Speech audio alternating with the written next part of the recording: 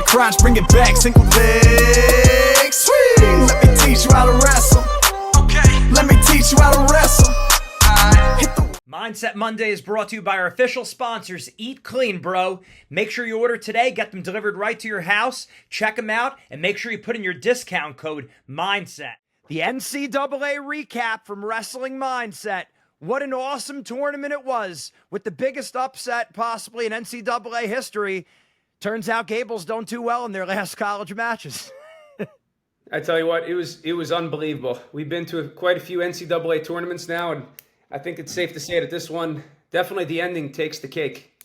Yeah, and I mean, thinking back to Dan Gable losing his last match to Larry Owings, going back to that, obviously we weren't alive for that, but a lot of people were. There were some people that were at the NCAA tournament who were there for 69 years, and that guy stood up and took a bow, and so That's right. 69, I guess that covers Gable. I hope it's obvious that we were not around for that one. But we were around for this Gable one, and it was, I mean, overall boring, I thought, finals, in terms of, like, not as aggressive in the first period, like 0-0 scores. A lot of 0-0 first periods. We're like, oh, man, Trump isn't going to want to come back to watch this wrestling again. And then something like that ends it, and the whole place went crazy. It went berserk, and the strange feeling that we got was no one really knew what to do after. Normally, no one wanted to leave. That was the last match of the night, and no one wanted to leave.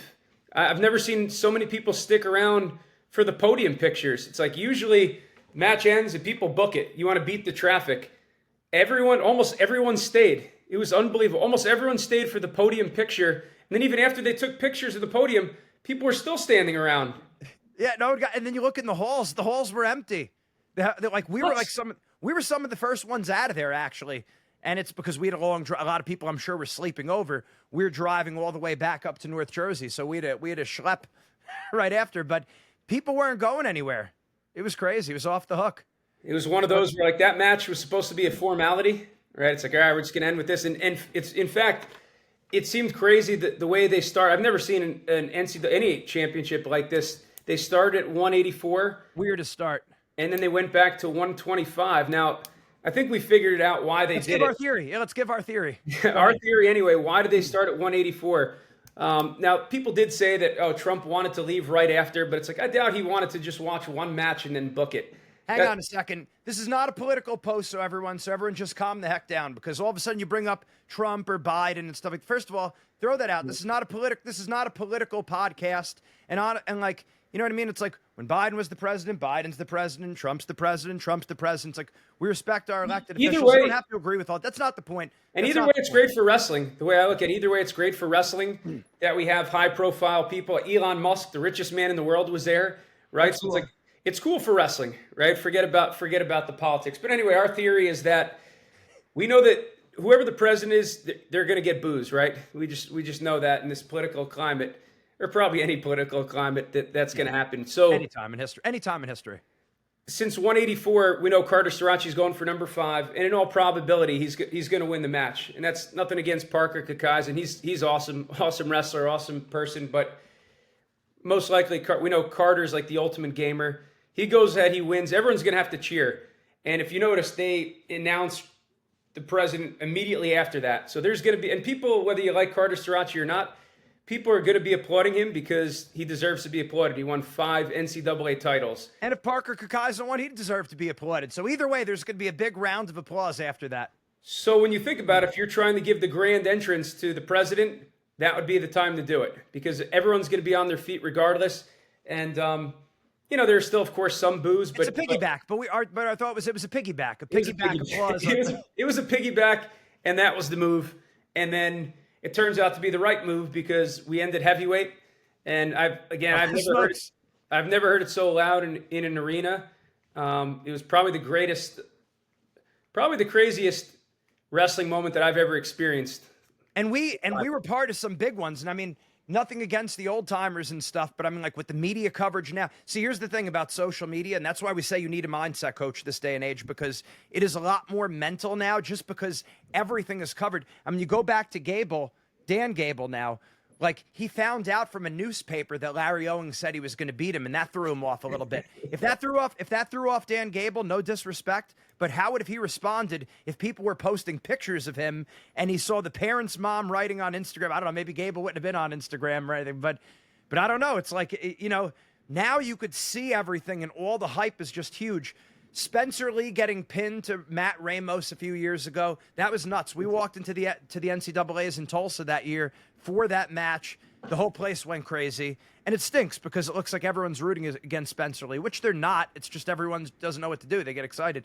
And the other one we saw a few years back was after Kyle Snyder won the Olympics and going up against Nick Wisdowski, who is a silver medalist in the World Championships, and it going into overtime at Madison Square Garden, and it being a little bit, it feels like the Garden was a little bit more of like an intimate setting, like the way it's all set up. Yeah. That was loud too. That was loud too. But I mean, this was like, this floored everyone because, like I said, an overall boring finals in my estimation, and then the place went nuts after, and then he saluted the commander in chief, which again. Like him, not like him, whatever. That's not the point. The point is you have a man who's dedicated his life to defending a nation or whatever, a Wyatt Hendrickson, who, again, very sincere. And he came in with the whole weight on him. He wore Jesus shirt with American flag. He wore the American flag over him and had the Irish folk music, Hendrickson, so he's an Irishman. So he's playing like culture, faith, American flag. Like he went all in on this one. And then at the end, it's like then salutes the commander in chief. The whole place was going nuts. Trump gave him one of these, so it was a good one. And what was the first thing he said in his interview? What was the biggest difference for Wyatt Hendrickson between last year and this year? That's the main point about this. All president stuff aside, that's not the point. The point is that Wyatt Hendrickson said the biggest difference was mindset. David Taylor wrote to him almost every single day saying 2025 national champ, and he said that he got the call where it was basically, and that's another thing that is also worthy of mention. I know we're probably getting ahead of ourselves here, but the fact that he said the reason why he went to Oklahoma State was once David Taylor went there, because he was thinking about going to Minnesota. Imagine that. Gable wouldn't even have been starting this year if he went to Minnesota. Just kidding. But the point is, he went to Oklahoma State because David Taylor was there. And then you go back to our interview with Kenny Boo Monday, where he said that was a bold A move, bringing in David Taylor. But look at the results of what happened there. But the point was his mindset was what made the difference. And he really believed he was going to win. And you see when he saw all of his guys, when he saw all of his boys in the hall, his team, his homies, he's saying, I told you. What did I tell you? What did I tell you? So that jumped out of my mind that he was telling all the guys, what did I tell you? That means he must have told them he was going to win. Yeah, that's right. Then the next most exciting thing, I guess the most exciting personal, long-time wrestling mindset OG, Gavin Drexler, 149-pounder, All-American. Man, unbelievable for his family, for him, for us, for our family, I was his sponsor for his confirmation a few years back. Gavin, we calculated he's probably put in over 400 hours of formal mindset training. That's not counting everything he's done outside of our calls, but over 8 years of mindset training. And then, everything that we know about him, it's like going over 2 hours one way to a wrestling club, the commitment of him and his family. And this goes for a lot of people. Lowest seed to be an All-American. Lowest seed in the NCAA tournament. Bash Mania. 22 seed, and he finishes 8th in the country, All-American. We got to give a shout out to Gavin. That was something. And I worked with his brothers, again, also OGs before that. Manny Drexler was a 3-time state finalist. Now he's getting ready to become a chiropractor. Jake Drexler, who wrestled Division III, is Division II or Division III at Eau Claire. At University of Wisconsin, Eau Claire, and I was the confirmation sponsor of them. And these guys were every single week, every week, since like 7th grade. I worked with Jake and Manny for years, and we were saying just how much of a family affair this really is. Like the fact that his brothers were getting the mindset information, and now he's getting the mindset information. Like his parents really put him in the position to succeed. And the point is all the sacrifice that goes in and how hard the sport is. So, and I mean, for Gavin Drexler to do that. And he could have wrestled Parco, but he didn't. And he wound up actually wrestling the guy who took silver in the Big Ten. Big Ten for the All-American blood round. Who beat Shane? Who beat our guy Shane? So it's nuts. It just shows how tough it is. And the other point we're going to make that I do think it is an emphatic point that Gavin Drexler wanted to go down this year. He wanted to go 141. And as a general rule in wrestling mindset, our general advice for most people most of the time is don't go down, but go up. Because a lot of people haven't seen what we've seen. A lot of you haven't had the conversations with the sheer quantity. It'd be impossible to have the sheer quantity of conversations. How the kids, they hate wrestling. They start to hate their life. Not Gavin. I'm not saying Gavin was doing that, but I'm saying like it's a mental wear on you to think you have to go down. You got to go down. And then Gavin went up and became an All-American. So cutting weight's not the answer. The answer is loving wrestling. Getting better at wrestling. Doing a lot of extra stuff because they're not actually extra stuff. I think that was also a Kenny Monday thing where he said they're not extra workouts. They're mandatory workouts if you're trying to be a champ. But just how much time Gavin Drexler did. And we were in the hallway with the family. We were all hugging and crying and, smiling. And I thought Dan Drexler, the father, who almost was going to throw me onto the concrete. He lifted me up in the air. He's still huge. He was even training, getting the energy out of himself. The NCAA is running up and down. He was running up the down escalator. Not that we're recommending anyone do that, but he's produced champions. Yeah. So unbelievable moment, unbelievable family moment there. Gavin's sister's on our mindset program too for gymnastics. That's right. She's a hammer as well. Division I gymnast at Arkansas. So that's SEC. All right. Next one we got AJ Ferrari. We got to talk about 197. Very exciting weight class. Yeah. So I would put up the birds right away. Listen, fan. Listen, obviously he's had a tough go. He's had a tough road. And I mean, you could say like he's rough around the edges, this and that. But I think he really is trying. He appears to be sincere in him trying to have a deeper conversion and trying to do the right things. I mean, right down to the, like he was saying, like the socks he's wearing, the tissues he's using and all the stuff. Like he's got the heart rate monitor on all the time. He's really trying to, seems like obviously try to better himself as an athlete. But importantly, he's trying to talk about the faith. He's quoting the Bible. It seems like he's praying more. Again, and people have been saying to me, oh, do you think he's really sincere? And I'm like, listen, it's not my place to judge. Like, it's funny how everyone's real quick, like, don't judge me, but then you go right ahead and judge other people. And I see that from a lot of people. It's a lot of hypocrisy where it's like, well, who are you to judge me? But a lot of times these people are the first people to point the finger. And my thought is, remember, AJ Ferrari is a racehorse. Okay, if you looked like him and you were as good as a wrestler as him in college, who knows how crazy you would be? I'm speaking to the audience now. So you know what I mean? Like, and how hard it would be for you to keep it all together. So, and I know he might bring some of the stuff on himself, but it's like, it seems like he's really trying to turn a new leaf. And my call out to the wrestling world and to everyone is, don't get in the way of a kid who's trying to better himself and who's trying to actually have a conversion. It's going to be hard. And a lot of times people are like, oh, he's just saying it. He's just saying it. Well, you know what? Sometimes it starts with just saying it. Yeah, he's got to convince himself too, because he's got to override years and years of thinking a different way. But don't ever get on a kid who's trying to, change, right? Now, maybe he did mess up in the past, but if you're trying to do right, and again, he is a great wrestler. I'm surprised he didn't win the whole thing, but a 3-year layoff is a long time for everyone. And that's one of the things we were saying. Gable, Stevenson, AJ Ferrari, you're not just a shoo-in to win because you won it in the past. I'm not saying they were thinking that. Maybe Gable did, but the point, I'm sure AJ did too. But the point is, there's a lot of really good guys out there. And just like the national champions right now, who we're going to go through, they could get beat too next year coming in by some freshmen. Like, it's not like you just stay right there. You have to keep getting better. And a lot of these guys, it's not like these guys aren't getting better, just other people are getting better too. It's just fierce. Yeah, I also think him coming back for the bronze is a testament to his character. Yeah. But who knows if the AJ of the past would have been able to come back. And he was very candid with that too. He said he was crying for a half hour, wondering why that happened. But ultimately he picked himself back up quickly and he won 2 hard-fought matches for the bronze. So, that speaks volumes of his character, because, it's not easy, especially when there's a lot of people that are, very blatantly rooting against him. But I think you saw after his 3rd place match, he definitely regained a lot of fans. Yeah. They were definitely, everyone stayed, everyone was in the arena. I've never seen so many people there. on medal round Saturday morning, and everyone stayed. He was the very last match, so that's a shout out to him. And also, I think he's great for wrestling.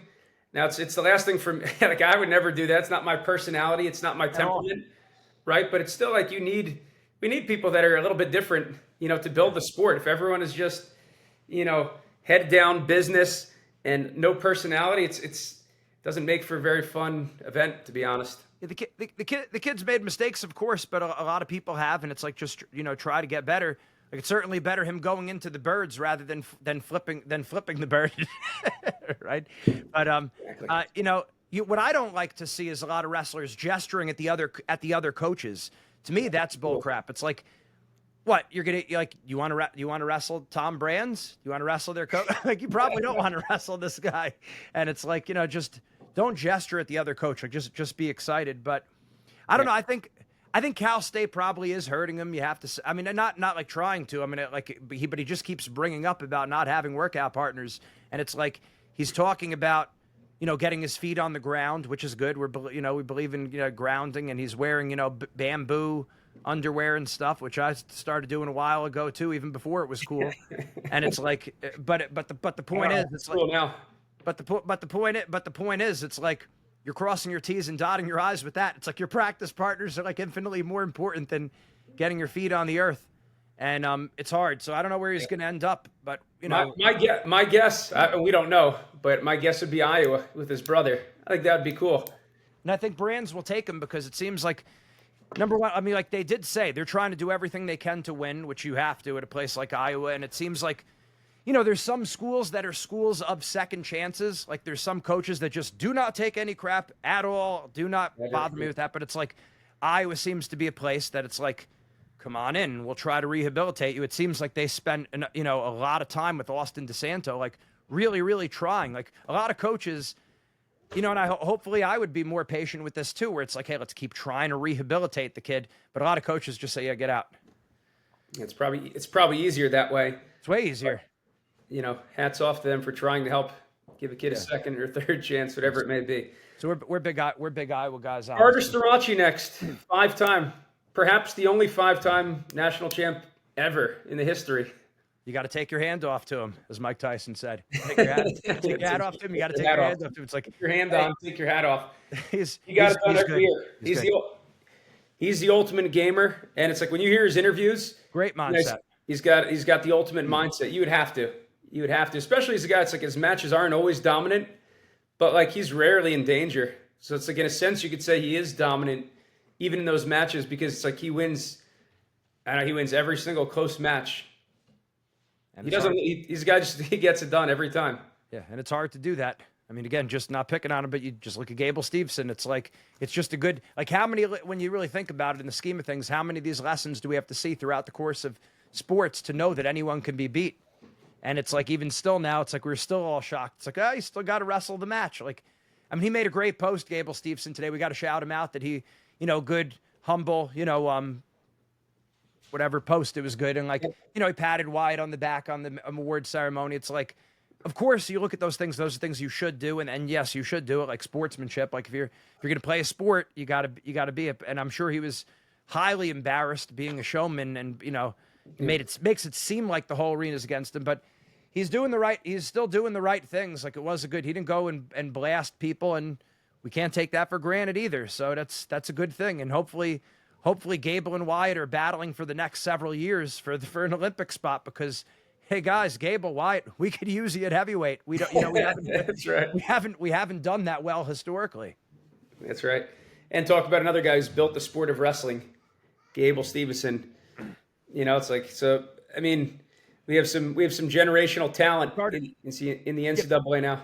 But we're not trying to steal Carter Starocci's thunder yet again here because seems we're saying he basically got 5-time national champ. I mean, he basically got hosed with going the first match, and then when they piggybacked the Trump clap on him, and then like it really should have been his headlines, really, the 5-time NCAA champ, and like no one's really talking about him because everyone's talking about a massive upset. So, but hats off to him. Like it's very tough to win. He's got an excellent mindset. all of his interviews, he's not focusing on other people. He's treating all the matches the same. He has a great mindset. And, hats off to him. We hopefully he's battling guys like Burroughs in years to come however long Burroughs is going to stick around. I mean, hats off to him for being around as long as he has. And him and Daniel Cormier did a nice job announcing, by the way. I think it's good we have those guys in the booth. Also great for wrestling. Trelly, I said it, man. He had a good style for Messenbrink. When he wrestled Messenbrink last year, first of all, in the dual meet we're talking about, he chucked him, almost put him to his back. And then he was doing like crazy things, like on bottom. He was like reaching back and getting out. And one time Messenbrink had his leg, and he just like kind of kicked out on him. It's like, I don't know. I saw something when I watched him, and I was really happy. We had him on our All-American interview last year.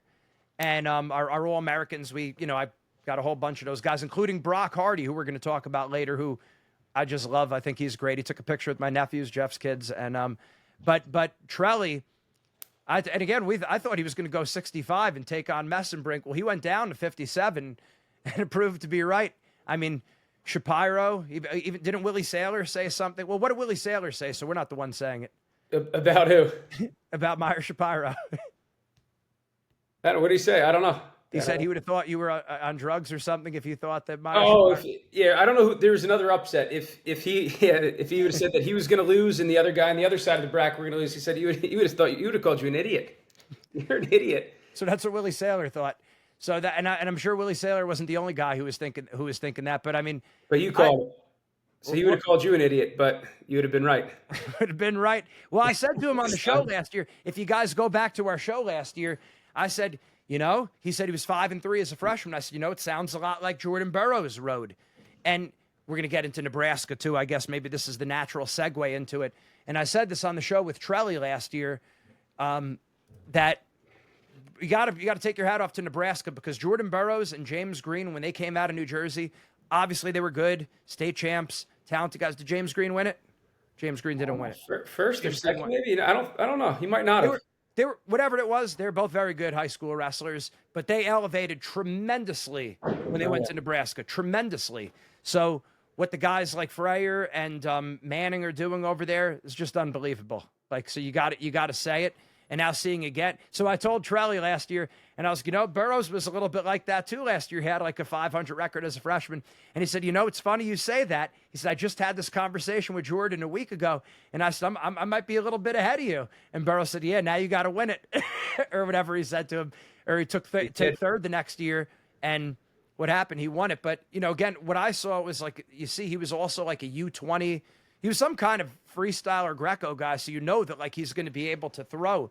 And he was wrestling Shapiro. He was first of all, it was a very close match with Shapiro, and he wrestled really good too, Shapiro. But even slamming him at the end, like we were saying, it was crazy. But and he came out and he won the whole thing, and he just looked awesome. So Antrell Taylor, shout out to Trelly. Let's get him back to the show. Break next year. We got to get him back in the show. Trelly and Brock Hardy. Yeah. Brock Hardy, who's turned into a real fan favorite. I guess I've noticed after he won the Big Tens, it's like he's a pinner. He's scoring a lot of points. Just great. He's got great mindset interviews as well. Who's this? Brock Hardy. Yeah. He's another one. You got to listen to the maturity in his interviews. He talks about mindset constantly. Got to get him on the show. He's just a nice kid. Brock Hardy. We did the interview with him right after the Spladle heard around the world. And I mean, again, poor guy from that moment. That's like what everyone sees there. but the point is, he wrestled awesome and he came back. And then even this year, like, how many times did he beat Mendez this year? Once? I beat him in the Big Tens. So he was Big Ten champ. And he was right there. He put him to his back right away. Hats off to Mendez for continuing the score. He's good. Yeah. He's good. Yeah, Mendez is tough. But again, Brock Hardy, a fan favorite. We hope to get him back on the show too. And if Mendez is out there, we'd love to have you too. I mean, obviously you got a great mindset, and he's out there somewhere. We just got to get him on the show. Yeah, if any of you guys know Jesse Mendez, talk it up, because we'd love to have him on the show. Jesse, I'd love to talk to you. That's right. All right. Oklahoma State, David Taylor, first year. We talked about the bold move. Comes in as 2 national champs and 2 huge upsets. Obviously, the Wyatt Hendrickson, the upset of maybe the century, and then you have Dean Hamady. Dean Hamady beating Keegan O'Toole. And beating Levi Haynes in the semis. I mean, he had himself a heck of a tournament. Yeah, no, but you know what was great about him? About it from Oki, he had good offense. He was getting after the leg. Like, he was really getting to the leg. And you like to see a guy like, nothing against O'Toole, but like he's more of a scrambler. An Askren type, like as you'd imagine. And you got to take nothing away from Keegan O'Toole because that's his 4th NCAA finals. Yep. That's nuts. Yeah, he's a hammer. He's a hammer. The time is now to take your mindset to the next level with Wrestling Mindset. Make sure you go to our website, WrestlingMindset.com, and sign up for your free trial session today. Don't wait any longer. You want the mental edge right now. When you sign up for the free trial session, you're also going to get a copy of our free ebook, Building the Predator Mindset. This book has helped thousands of people build confidence, relax under pressure, get motivated, and build mental toughness in wrestling, school, and life.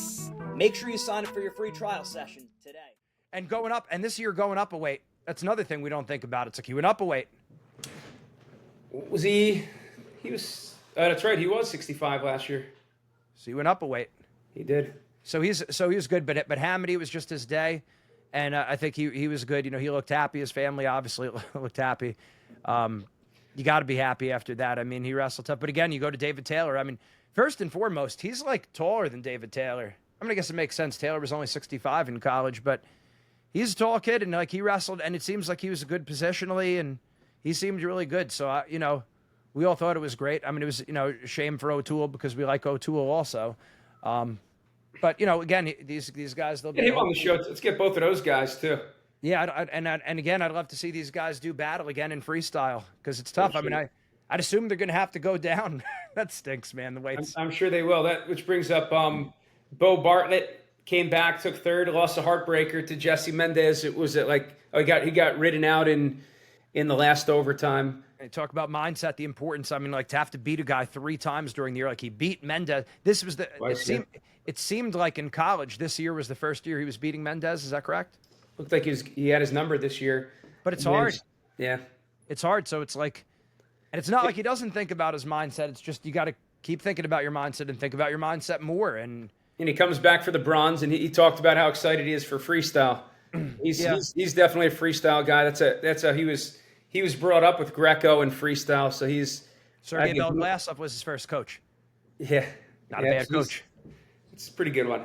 And we got to also shout out CJ Composto, now a 2-time All-American from the University of Pennsylvania, from Westfield, the town next to me. From Westfield, he wrestled awesome. I think he was a 10th seed, finished 4th.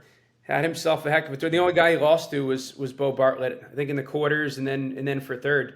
Didn't you talk to his dad or something? He said, yeah, he knew he was always going to be a good wrestler or something. Like they knew at a young age. He said since he was a young age, he's like, I was like, was he always good? He's like, yeah. He's like, even the first practice, he's like, he was taking down kids 2 years older. We had to keep bringing older and older kids to try to get him taken down. So I was like, yeah, he knew that he was going to be a hammer. So right away, then we start racking our brain with our young kids. Like, did they have a really good first? Did they have a really good first practice? It doesn't always work like that. No. Usually, in fact, it usually doesn't. But hats off to CJ Composto. 10,000 pull-ups in September. I think it's too much. I think I always tell my kids every time. I was like, guys, he did 10,000 pull-ups in the month of September, so he's strong.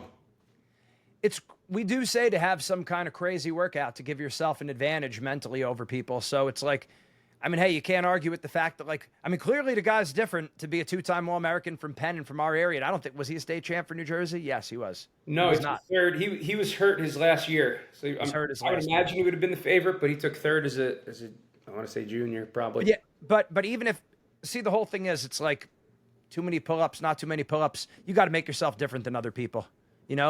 Do you need to wear the bamboo underwear and have the red screen like Kyle Dake? Probably. But that's not really the point. The point is you got to be willing to be different than everyone else around you. And that is what you see about these guys like Composto and Dake and Ferrari. But Composto with heavy hitters. But nonetheless, well, he's an 2-time All-American. 2-time All-American. That's as heavy a hitter as you could get. And also shout out to Chris Foca at 184, who's now 2-time All-American. Two-time? Yeah, he took 5th. 3rd and he took 3rd once, right? Yep. In Tulsa. Yep.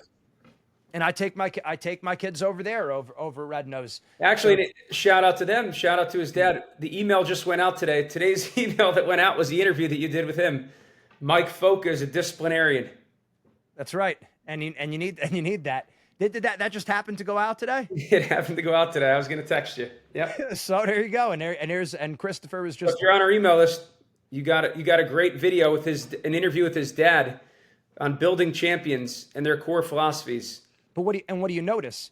You notice his sisters both wrestled. His one sister is still over at Red Nose helping out. Mike, his son, is helping out. So it's like these are family things, and it's not just there. We see the same thing obviously at Apex with Logan's family. We see the same thing over at Wall with Austin's family. It's like this is a whole life thing where like the wives are sacrificing everything, the children are sacrificing everything, the fathers are sacrificing everything, and it's like it doesn't happen automatically. You've got to understand that. And it's and then the hard thing is for parents, I know like with myself too, sometimes it feels like we're just trying to stay afloat. It feels like we're just treading water. But it is a marathon, and ultimately it's got to come from the kid because it's just, you can't, like back to Dan Drexler when I spoke to him. And again, you guys will hear him out because again, he's used us for years. And most importantly, he's got a great family, great kids. And where's I going with that? Gavin's only a sophomore and he was an All-American already. And what did he say to me? He's like, gee, if they don't want to wrestle, then they don't wrestle. And it's like, no, I know. He's like, he's like, gee, you can't force him to wrestle. He's absolutely right. You can't. Otherwise, it's a loss. Yeah. In fact, even reminding Gavin, that's a good one this year too. With like one of the conversations he had with him, like reminding him simply, you don't have to do this. Yeah. So sometimes that's what kids need to hear. It's like, this is an opportunity, not an obligation. If you wanted to retire, you could retire and do something else. And then you talk about Tervel Dlagnev, who Zeke Jones always said has an incredibly high wrestling IQ. And Zeke is one of the only Americans to win the most technical wrestler in the world award. I don't know if that still holds up, but he did. He did a while ago. And he always said about Tervel Dlagnev about how high his wrestling IQ was. And when I interviewed Brock Hardy last year at the All-American, so I'm going somewhere with this, with the Brock Hardy, what he said, he plays mind games, this wrestlers too. Like, he's trying to get them to see it from a different perspective. He's like, well, maybe I just don't go out there. Maybe you just don't go out there and wrestle this match. Like, just take this match off. And he's like, obviously you're not going to take the match off, but just relieving the pressure from yourself. Like, you don't have to go out there and wrestle. It's like, well, maybe I just won't go out there. And the point is, as basic as that is, and you might look at that as parents and say, oh, that's stupid or whatever. It's going to hold on. That's coming from not me. It's coming from Tervel Dlagnev. And then Brock Hardy, who just beat Jesse Mendez in the Big Ten, thought enough to bring it up on an outside podcast interview in front of all the people, the followers, because he thought that was a remarkable thing to say. And then I think back to Matt Azevedo, who before he coached over at Drexel, I know we're going off the beaten path a little bit here, we'll get back to it, but now he's coaching over at Drexel, and shout out to him. And I know Worthy's children were just with John Azevedo. I don't think we're telling tales out of school with that. It's public knowledge on his, it's on his page. But the point is, Matt Azevedo told Kyle Dake before one of the NCAA finals, he's look at that guy right there on McDonald's. Point out a random guy who was online from McDonald's. He's like, he doesn't know you're wrestling in the national finals in a few hours, and he doesn't care. I think it was the Olympics. I think it was for the Olympics, right? Or whatever it was, but he was like, all this guy wants is his burger, and that's all he cares about. That's right. And it's like, yeah. And then you think about it, there's someone probably right now who's competing in the biggest competition in their life. Right now. Of anything. Maybe it's a spelling bee. It's something they put their whole life into, and you don't care at all. It's like, I mean, do you care that someone's in the shuffleboard championship? No, you don't care. No one cares. So the point is, let it rip. That was the point that Azevedo is making to Dake. And again, you might say that as parents, like that's not a big deal. Why did Kyle Dake bring it up on an interview? No, I was just... Shout out to our sponsors, Eat Clean Bro. While I have this right in front of me, Eat Clean Bro. Yeah, you're right. You were right. Shout out to Eat Clean Bro, our sponsors, the official podcast sponsors. I ate their beef. Hold on, I got a delivery coming in this week, probably on Thursday. But if you're going to get your Eat Clean Bro, you got to type in discount code MINDSET for 15% off. Do it. I got a boatload of food last week. I eat beef burritos every opportunity that I can, and they have great breakfast. Protein, and they have great pancakes, and they have great breakfast sandwiches too, which has been really helpful for our family and less taxing on our wives. That's right. Let it fly, you said, which leads us to Penn State. 10 All-Americans. Listen to this. Top 6 too. Top 6. Yeah, 10 All-Americans in the top 6. 8 of them were in the top 3. Think about that. And one of them, the heavyweight, he defaulted out. most likely he would have taken third. Again, you got to go out there and do it, but in all likelihood, he would have taken third too. So 8 of them in the top 3, that's crazy. And the fact that, they won. They set the record, the points record, which is awesome. But it's like, look at Nebraska's tournament, and the fact that they crushed Nebraska, speaks volumes about them. They're almost so dominant that I think Bo Nickel posted something. Why isn't anyone saying anything about Penn State? They're like too dominant. And I can tell you why also. It's not just that, because what everyone has been used to over the last 10 years, what everyone's been habituated to is pin. When you go like David Taylor and Ed Ruth just like packing people, and you're like, well, this can't happen again. And then you see it again with like the Bo Nickel, Zane Train, Nolf. Bo Nickel himself, Nolf. Yeah. Nolf. It's like they're just pinning people and tacking people. It's like, first of all, that's extremely hard to do. Those other guys are still winning, but when you're not seeing the same kind of dominance, no, they're getting bonus points. I think like out of the matches in the wrestlebacks, like 8 of them were bonus points. That maybe they don't pin as much as those guys, but they're pretty close. They're pretty close. They're really good. They're getting top recruits and everything, but I think now we got Ono from Japan, the world champion, who's going there.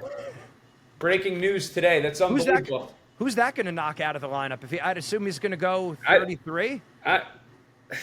33, maybe 40. Why I don't know. I mean, you wouldn't want him cutting any weight, when you're looking at it for the Worlds. But like, either way, I think there's going to be some transfers out. Although they do such a good job, but I don't know. At a certain point, there's guys that are so good that you think are just they want to have a wrestling career too. That would be my prediction, that we have a couple big names that transfer out, but we'll see. And hopefully this is another, like a wave of another Japanese invasion like we had back in the 1950s. Of course, I wasn't around for that either, but the 1950s, 1960s, the foreign exchange program from Mr. Ichiro Hata, the founder of Japanese wrestling, the godfather, and I saw his son, Tadaki Hata, who is a National Wrestling Hall of Famer. We saw him this weekend, and he was, what was he? He was an Olympic coach for the USA, Japan, and Mexico, and then he also coached rugby. Rugby, yep. Yeah, if you look on his LinkedIn, it says rugby coach. That's funny. Yeah. I don't think he says anything about wrestling. He's a good rugby coach.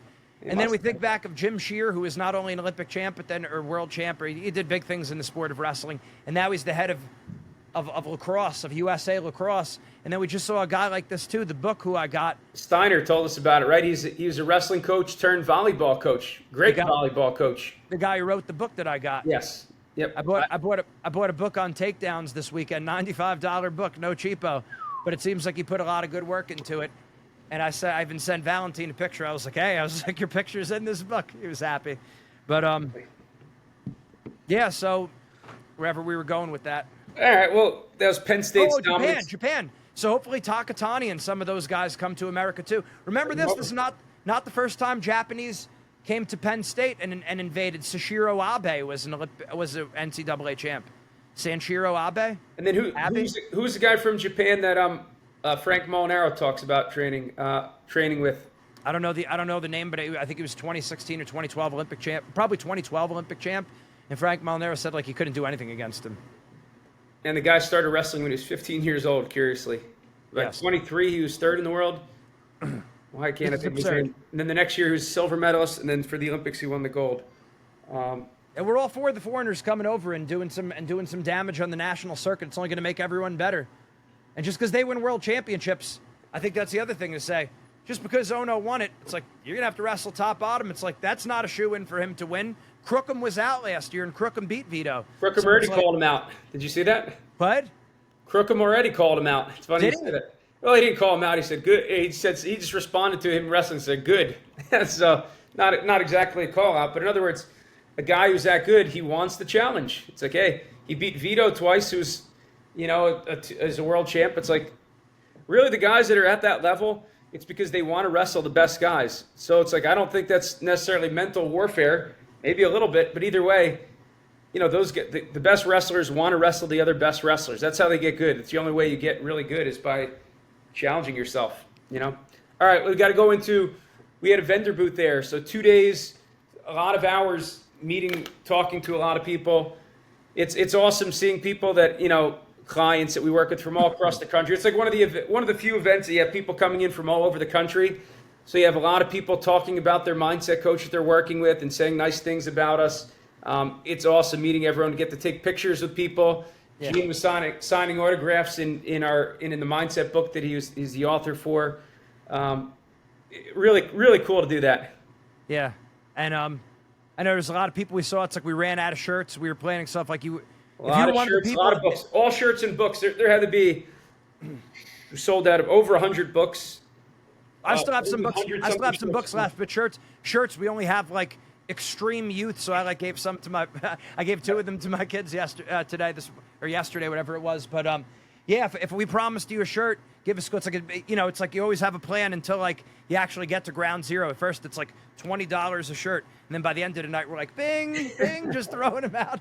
So if we promised you a shirt, give us a call. We'll email it to you or something. But Yep, we had Bo Bassett over there also, right? You brought him to the booth to sign autographs. We did a whole lap, but we got escorted around. So there was a huge line into Fan Fest, and I was like, no, you guys come with me, and because obviously we paid money for the vendor booth, we got allowed in. They brought us all around. It was pretty cool being walked in with security with Bo Bassett and his family, Keegan Bassett, Melvin Miller. Those guys are awesome. I was talking to Keegan for a bit. We were talking about, some of his favorite matches and everything. But I'm like Bill said, Bassett, that Bo is basically like a celebrity. He's got to walk around with his hood on. He couldn't even enjoy a lot of the matches, they said, because kids were coming up to him during the wrestling. So it's like, it is great for wrestling, though. It's hard for him then being in the arena, but it's like, how many guys have a following? Like Bo Bartlett, AJ Ferrari? Like, not many people have as big of a following as... No, it's crazy. He is a celebrity. It's like it's crazy. It's huge for Iowa. It's definitely huge for Iowa, because you see even at like the Rudis booth, I got my kids some sneakers there at Rudis, and he's there's a ton of Iowa stuff now. Everyone wants to buy Iowa shirts and gear. It's cool. He's going to be huge for that program. He's huge for wrestling, and he deserves it. He's an awesome guy. It's like he takes the time signing autographs, taking pictures, talking to all the kids. It's like kids. Yeah, that's stuff that's going to have an impact on thousands of wrestlers, for a generation. And I walked with the Bassett family. We were coming down, and obviously we know the dad, Bill, is the mastermind behind the whole thing. And what he said is, he just shook his head and he said, man, you could really see that it really is the mindset that is the biggest difference between these people, because he said there's a lot of people, like obviously guys are good. No one's doing anything like that radically different than anyone else. It's a lot mindset, and he's absolutely right. Well, you listen to the interviews, it's like almost everyone's talking about that. It's starting with Carrie Colott. I watched before the event. He's like, I say it all the time. He's like, the match is won before you wrestle the match. So we know he's famous for saying that wrestling is 95% mental, right? So he said it. You hear the interviews. We talked about Wyatt, Hendrickson. Any good wrestler or coach is going to talk about how important the mindset is. And as you get to these tournaments, the level is so high. Everyone is so good that, there's no question that the guys that come out on top are mentally strong. They're the ones who are putting time in their mindset. And some of the guys that don't, they're still putting time in their mindset. It's like strength training. You have to do it to be competitive. Right. What else you got for us? 25, Oklahoma State in the final. NC State won with a great layout on the back after. He was pumped. His family was pumped. Darren Caldwell, that guy came out. Rodriguez, his name was Robinson. He came out like a man on a mission. He wrestled awesome, and I'm gonna take nothing away from Spratley. Spratley, right? Mm-hmm. He wrestled great too, but again, Robinson, he just wrestled unbelievable. And I mean, not a state champ. That's the big talk, that he was not a state champ in high school. And he came out as a true freshman. True freshman, is that right? That I don't know. Well, whatever. It doesn't really make a difference. He's a freshman. He won the NCAAs, and he was never a state champ. So it's like, you want to talk about a guy who's transcending his surroundings? He's a guy who's transcending his surroundings. And obviously, a lot of those guys at NC State, a lot of those guys are winning too. So it's like, he's got hopefully a long, healthy career ahead of him. But he's a guy who could make noise for years to come. I mean, freak athlete, quick on his feet. I don't think anyone was riding him. Not too many people picked him to win. It's like It only takes one, right? There's got to be one believer. It better be you. Did he beat Dean Peterson from Rutgers? Let's see here. I got the bracket. Yeah, I think he beat him in the quarters. Because Dean Yeah, he pulled beat him off in the quarters. Dean pulled off that big upset for Rutgers. I know there might have been some controversy because something about they didn't throw the brick and they should have thrown the brick, or maybe it was in the All-American round, or yeah, that was in the All-American round. Yeah, that was I think that was against Robinson. But hey, we want him to stay in New Jersey. Don't go anywhere. Like Jersey loves you, obviously, Dean. So stick around. And it's hard, like the whole brick thing. Honestly, I mean, you got to throw the brick. I mean, like obviously the coaches, if you got to throw the brick, got to throw the brick. But I'm not as big of a fan of a timeout and then like how you said, or just make it like a 30-second. You got 30 seconds or something. It breaks up the flow. Like, put a timer. I think time. You got a minute tops. If you can't overturn it definitively in a minute, then the call stands. It's you're running out of time. And listen, a big part of sports is booing the ref. So it's like refs are going to blow calls just like kids blow matches. It's like, you know what I mean? It's not that you're trying to like get down on the ref, but like if you boo a bad call, you boo a bad call. It's like, I don't like when it breaks up and everyone's all excited and then it just kills the emotions for everyone. And then it's like long pause. Hey, I don't know. It's just forced. Plus you don't want to be there the whole time. I mean, 3 days is a long tournament. There's a lot of wrestling that's going on. Like, I'd like to see a consolidation into 2 days. 3 days is a long time. Yeah, but I think it's a good format overall. It's good for us. It's good for business. It's great for business because we're getting to see, and we're happy to see a lot of the people that we haven't seen. It's just at the arena. That's right. All right, I think we wrap it up with that. We're gonna try to get some of these guys on the show. Tag the guys in this video who you want to see on our show because we're gonna get some of the wrestlers back on. We talked about Brock Hardy already with him and Mendez. So we talked about him. 49. Who is 49? Oh, Ridge Lovett we didn't talk about. Let's talk.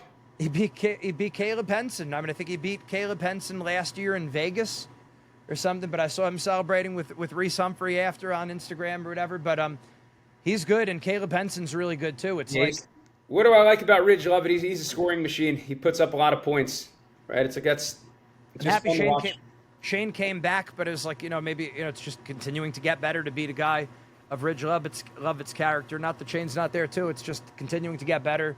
But, what's nice about that, too? Non-Big Ten guys. Was that the only non-Big Ten showdown? No, well, no, 125. Lovett's Big Ten. Robinson and Spratley was also a non-Big Ten. Lovett is Big Ten. NC State. Oh, he's Nebraska. I don't know why I thought I thought Red. They're yelling the whole weekend, Big Red. That's right, he's Big Ten. But he's still real good. 157 was one. Well, we missed. What do we miss? 133. Bird versus Ayala. Drake Ayala was dominant the whole tournament. Bird kind of shut down his offense in the finals. 2-time finalist Ayala. Bird looked good all season. He had some close matches. First match, he beat a guy who's 7-10 on the year, 32 seed. And he beat him 3-2. He had to hold a gritty ride in the third period to keep him down to win. Shows how tough the sport is. Shows how tough the sport is. It's like Ridge Lovett too. Ridge Lovett too won 10-8. I think he got a late reversal or something to win that match. So it's like, you got to be ready every single match. It's crazy the guys that come to win. Then you look 4 matches previous, and they could have lost those matches. That's why now it brings us full circle back to Starocci, where it's a guy who just keeps winning. It's like, that is extremely hard to do. You're wrestling good guys all the time. And it's like you get beat and we saw matches with Yanni, the whole squirrel thing, when it was like he almost lost in his matches. It's like Logan Stieber had that. He was lucky to got that one out against Oliver which led to a rule change. So it's like, it's not easy to win. It's not easy to win. And Messenbrink. Oh, Messenbrink. We didn't talk about him. He's another one. He's a pleasure to watch. Like he's a fan favorite, and there's a reason why. He's legitimately looking to score points the entire match. That's really what it comes down to. It's like, for me anyway, it's like I would think for most people, it's very exciting to watch a guy who's literally trying to score as many points as he can in the match. And you really can't say that about everyone. He's got a great mindset. He said the same thing in the semis. Just keep going. Just keep going. Like obviously it's like you look at him, it's like you could say it's like he's awkward or whatever, or like kind of herky jerky when he moves. But like what you got to say about him, great mindset. and he's looking to score.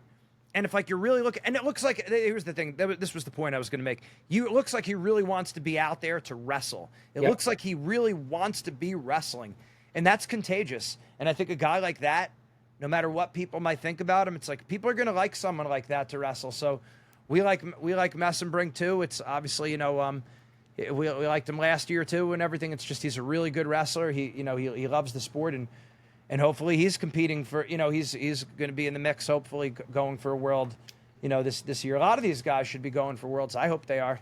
I think so. Final X, I think it's June 14th. It'll be in New Jersey again. So we're happy about that. We'll be there if my son isn't born before then. If my third son isn't born before then. Try to do the C-section after. Yeah, we'll do the C-section after if we could help it. My wife was all for it. She gave the green light on that. Now we just got to make sure she's not going to pop around that time. But anyway, so it's all good. Make sure you come out to FanX. Check out our booth. I don't even know if we'll have a booth, but make sure you say hi. There'll be a lot of Wrestling Mindset shirts, and you should be seeing a lot more Wrestling Mindset shirts now around the country because we gave a lot away, and we sold a lot of them too. You know, there's a spin wheel, so that was the part of the giveaway. And by the way, our spiritual strength books are always hit. That sold out. Sold out like that. Day one. That sold out faster than the Predator Mindset books. My only regret is we didn't bring more of them. All right. So hey, like I said, Eat Clean Bro are our sponsors. Gable Stevenson lost, so that was a big upset. So make sure you keep watching their videos. And our celebration video is it's like over 1 million, about 100, but we had about 1 million views on Facebook, over I think 700,000 on Instagram. Is that 1 million counts as viral, right? Yeah, we went viral. Definitely in wrestling. We went viral for the first time. We went viral for the first time. People, it's not that easy. So you gotta stick with it and keep putting out the content. But keep doing good for wrestling, guys. Keep getting out there. Keep supporting the sport. Keep supporting the troops. And that's right. Wrestling is what it's about. Eat Clean Bro, a special thank you to them. Yes. And maybe we'll do, who knows, maybe we'll do more of these in the off season. We'll have to see. We're gonna get back to it, and we're gonna bring some of those cool wrestlers on the show too. Stay tuned. Let's see if any of them got back to us because we put out the message. We put out the message to some people. Let's see if anyone committed. Can we break any news live? Oh no, I'm on Z Winning Mindset. Follow us on Z Winning Mindset too. You always want to have a backup platform. Sorry guys, did not hear back from Carter, Wyatt, not AJ yet, AJ or Trelly. So Wyatt saw it. It says seen. So if you guys could get in the rear, still waiting. We'd love to talk to them. You guys know I ask the best questions about mindset. I'm not looking to put people on the spot. Like we're not bringing up controversial stuff. That's not what we're about. You have to go and find a different podcast for something like that. Right. We're not about stirring the pot or creating controversy or getting the juicy details. We're trying to give you guys the very best mindset. That's what we're about. That's what Wrestling Mindset does. Have a good day, everyone, and a great NCAAs, one of the best of all time. Take care.